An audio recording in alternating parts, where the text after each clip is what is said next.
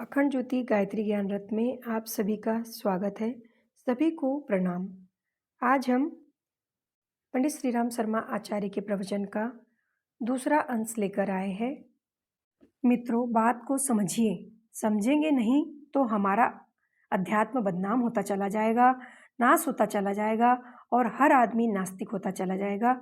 यह नास्तिकता की निशानी है। नहीं साहब, क्रिया करने से यह फायदा हो जाता है। आध्यात्मिकता का यह सस्तापन नास्तिकता की निशानी है।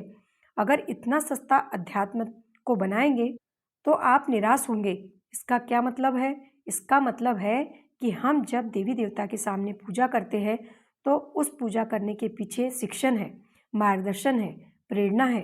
हम देवता के सामने फूल चढ़ाते हैं। फूल चढ़ाने से क्या फायदा होता है? आपके हिसाब से देवता एक आदमी है जिसको हमेशा गंदगी में रहना पड़ता है, जैसे मच्छर मक्खी गंदगी में रहते हैं। देवता मान गंदगी में रहने वाला जिसको कभी खुशबू नहीं मिली, तो साहब लीजिए, फूल लीजिए। क्या बात है, आपने फूल खिला दिया। जिंदगी भर तो हमारे बाप दादाओं ने फूल नहीं देखे थे। यह आपकी व्याख्या है। फूल को पाकर के देवता को प्रसन्न होना चाहिए और फिर ले वरदान, ले वरदान। आपकी इस वाहियात सोच, वाहियात कसौटी के हिसाब से देवता को शक्कर की गोलियां खानी चाहिए। देखिए साहब, हमको तो 20 साल से शक्कर की गोली नहीं मिली। आपके बराबर दयालु और दानी और कोई नहीं है। अच्छा, तो लीजिए वरदान। शक्कर की 7 गोली और 7 वरदान। आपकी मान्यता तो यही है ना? मित्रों, हनुमान जी के पास दीपक जलाइए और वरदान पाइए। क्यों साहब, क्या मांगना है? दीपक क्यों ले आए? अरे साहब, हम यहाँ अंधेरे में पड़े थे, रास्ता पता नहीं था कि कहाँ किधर जाए, कहाँ पानी पिए। हम घुप अंधेरे में पड़े थे, आपने दीपक जला दिया। बहुत मेहरबानी आपकी। अब आप दीपक जलाने का वरदान लीजिए। पर मैं बहुत नाराज हूँ कि आप देवताओं की ऐसी मट्टी पलीत करते हैं। ये परिभाषाएं नहीं है जो अपने आप सोच रखी है। फिर क्या है परिभाषाएं? इसकी परिभाषा यह है कि पूजा के प्रतीक जब हम देवता के सामने रखते हैं तो वह नसीहत देता है, मार्गदर्शन करता है। फूल हमारा मार्गदर्शन करता है उस साइंस के हिसाब से जिसका अर्थ होता है अपने आप को बदलना। फूल हमको बताता है कि वह एक किताब है, फूल एक गुरु है, फूल एक व्याख्यान है, फूल एक कथा है। फूल यह बताता है कि देवता के समीप जाना है, देवता का प्यार पाना है तो आपको फूल जैसा जीवन क्रम बनाना चाहिए। फूल जैसी सुगंध, फूल जैसा कोमल, फूल जैसा शालीन, फूल जैसा परोपकारी, फूल जैसा हंसने और हंसाने वाला होना चाहिए। अगर आप फूल से यह शिक्षण प्राप्त कर सकते हो तो आपका फूल चढ़ाना सार्थक है। क्यों? क्योंकि यदि सार्थकता से आपको प्रेरणा मिलेगी, प्रकाश मिलेगा। आप चाहे जहाँ उसका उपयोग करें, हमारी ज़िंदगी में क्या परिवर्तन होना चाहिए और हमें अपना क्या विकास करना चाहिए। अगर फूल चढ़ा दिया तो उसके गुण हमको ध्यान रखने चाहिए कि हमें ज़िंदगी में क्या करना है। हमें क्या करना है यह बिना बोलने वाला फूल अपनी मुखवाणी से सिखाता है। मित्रों, दीपक से क्या मतलब है? दीपक से यह मतलब है कि हमारा दिल स्नेह प्यार से लबालब भरा हुआ हो। स्नेह क्या है? चिकनाई, तेल, घी को भी स्नेह कहते हैं और प्यार को भी स्नेह कहते हैं।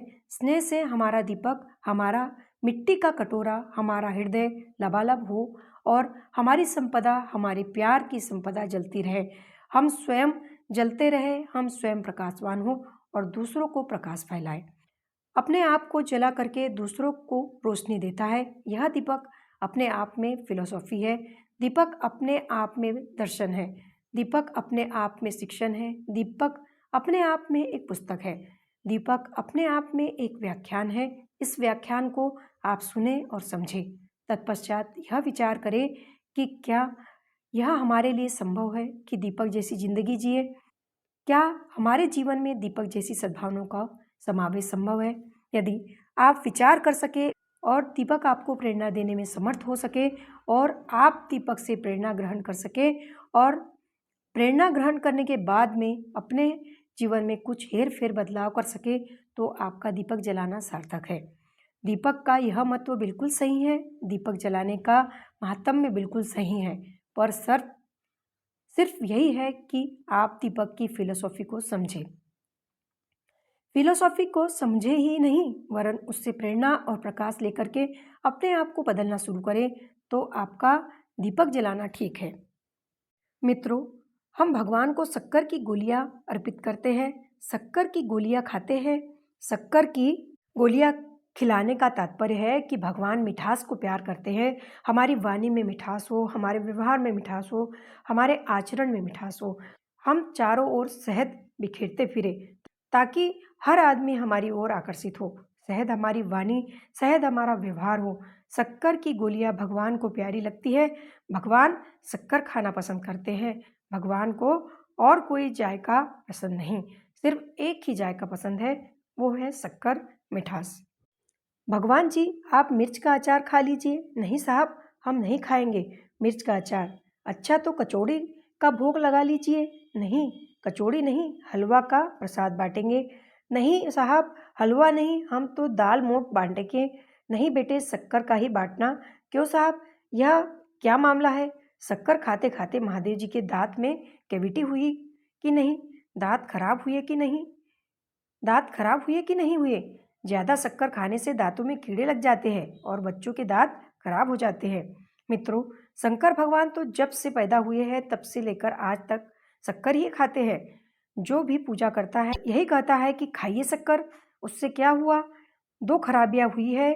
हमने शंकर जी से पूछा, भगवान सभी लोग आपको शक्कर खिलाते हैं, इससे आपको कोई नुकसान तो नहीं हुआ? शक्कर खाने से दांत खराब हो गए और ज़्यादा शक्कर खाने से डायबिटीज़ हो गई। और देखिए, हमको रोज़ इंसुलिन के इंजेक्शन लगवाने पड़ते हैं। ज़्यादा शक्कर खाने वालों का लीवर खराब हो जाता है। ज़्यादा शक्कर खिलाने से सारे का सारा पाप इन्हीं पर पड़ेगा। आप कह देना कि ज़्यादा शक्कर खाओगे तो शंकर भगवान नाराज हो जाएंगे, और अगर उन्होंने इशारा कर दिया तो उनकी शक्ति दुर्गा तलवार लेकर आपका सफाया कर देगी। आप मानते नहीं हैं महाराज जी, फिर क्या चक्कर है शक्कर का? बेटे, कुछ नहीं है। क्या है? आपको यह मानकर चलना पड़ेगा कि मिठास जीवन को प्यारी है। अतः आपको भगवान का प्रिय बनने के लिए अपने व्यवहार में, अपने आचरण में, अपने क्रियाकलापों में मिठास का समावेश करना चाहिए। मित्रों, ये सारी की सारी क्रियाएं जिनको आप क्रियाएं कहते हैं, इनका मूल्य राई की नोक के बराबर भी नहीं कह सकते और पहाड़ के बराबर भी नहीं कह सकते। राई की नोक के बराबर क्या है? राई की नोक के बराबर यह है कि यह एक शिक्षण है, और पहाड़ के बराबर इसलिए कि इन शिक्षणों को आप स्वीकार कर ले और अपने जीवन में धारण करना शुरू कर दे। अगर आप इन शिक्षणों के अनुरूप अपने आप को ढालना शुरू कर दे तो पहाड़ के बराबर है। जो महात्म्य शास्त्रों में दिए गए हैं वे सभी सही होकर के आपको धन्य कर देंगे। आप इनसे प्रेरणा ग्रहण करें और अपने जीवन का स्वरूप बदलें।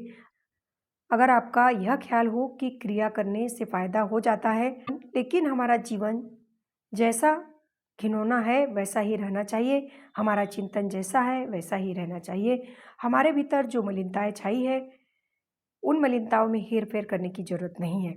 केवल क्रियाओं के करने से ही हमको वह फायदा मिल जाएगा। तो मैं यह कहता हूँ कि आप बहुत ही भारी गलती पर है। मित्रों, आपको जानना चाहिए कि अध्यात्म क्या है। अध्यात्म बाजीगरी नहीं है, उसमें क्रियाओं का घटाघोप नहीं है, क्रियाओं के लंबे चौड़े महत्व नहीं है जैसा कि आपने समझ रखा है। क्रियाओं का क्या महत्व हो सकता है, यह मैं आपको कल बता रहा था। क्रियाओं का मैं मजाक उड़ा रहा था क्योंकि हम सोचते हैं कि परिश्रम कितना कम होना चाहिए और चमत्कार ज़्यादा मिलना चाहिए। चमत्कार पाने के लिए कर का मन का छोड़कर मन का फेर, अर्थात मन का फेरना होगा। मन का फेरने के लिए, परिवर्तन करने के लिए, अपने आप में हेर फेर करने के लिए जो शिक्षण दिया जाता है उसके लिए हम बार बार हाथ को घुमाते हैं। घूमिए, आगे बढ़िए, आगे चलिए, अपने में परिवर्तन कीजिए। आप तो जड़ होकर बैठे हैं, जड़ता को छोड़िए और चेतना को पकड़िए। परिवर्तन की प्रक्रिया का ध्यान रखिए, इसके लिए सारे का सारा जीवन चक्र बना है।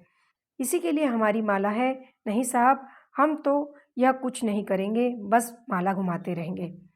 मित्रों, आप क्रिया को ही काफ़ी मानते हैं तो आप बाजीगरी पर विश्वास करते हैं। बाजीगरी केवल अपना मन बहलाने के लिए और दूसरों का मन बहलाने के लिए शायद काम भी आती हो, किंतु इसका परिणाम कुछ भी नहीं होगा। बाजीगरों से हमने पूछा कि भाई साहब क्या हाल है? बोले, अरे साहब, गुजारा भी नहीं होता। आप तो हाथ घुमाकर रुपया बना देते हैं। हाँ साहब, पर वह रुपया हमारे काम नहीं आता। बाजीगर वह है जो क्रिया को महत्व देता है। बाजीगर साहब, आप तो झोली में से आम निकाल देते हैं। आम का दाम तो महंगा है। आपके पास तो आम थे जो 1 किलो के होने चाहिए, कुछ कम भी हो सकते हैं। कोई बात नहीं, सवेरे से शाम तक आम पैदा कीजिए और 4 रुपए किलो के भाव से 20 किलो बना लिया कीजिए, आपका गुजारा हो जाएगा। बोला, अरे साहब, क्या बात करते हैं, सारे दिन भीख मांगते हैं तो कुछ पैसे इकट्ठे हो जाते हैं और उसी से अपना पेट पाल लेते हैं। आप तो आम बनाते थे, रुपया बनाते थे, दूध बनाते थे। अरे साहब, हम कैसे रुपया, आम और दूध बना सकते हैं? यह सब तो बाजीगरी है। नहीं तो हम 5-5 पैसे क्यों मांगते फिरते? आप भी क्रियाओं को महत्व देते रहेंगे तो ख्वाबों की दुनिया में घूमते रहेंगे। शीर्षक समाप्त। अगर आपको हमारा ऑडियो अच्छा लगा हो तो लाइक, कमेंट्स और शेयर कीजिए ताकि परम पूज्य गुरु जी के विचारों को जन जन पहुँचाने में आप भी अपनी भूमिका निभा सके। और हमारे चैनल को सब्सक्राइब कीजिए ताकि हमारी नोटिफिकेशन सबसे पहले आप तक पहुँच सके। धन्यवाद।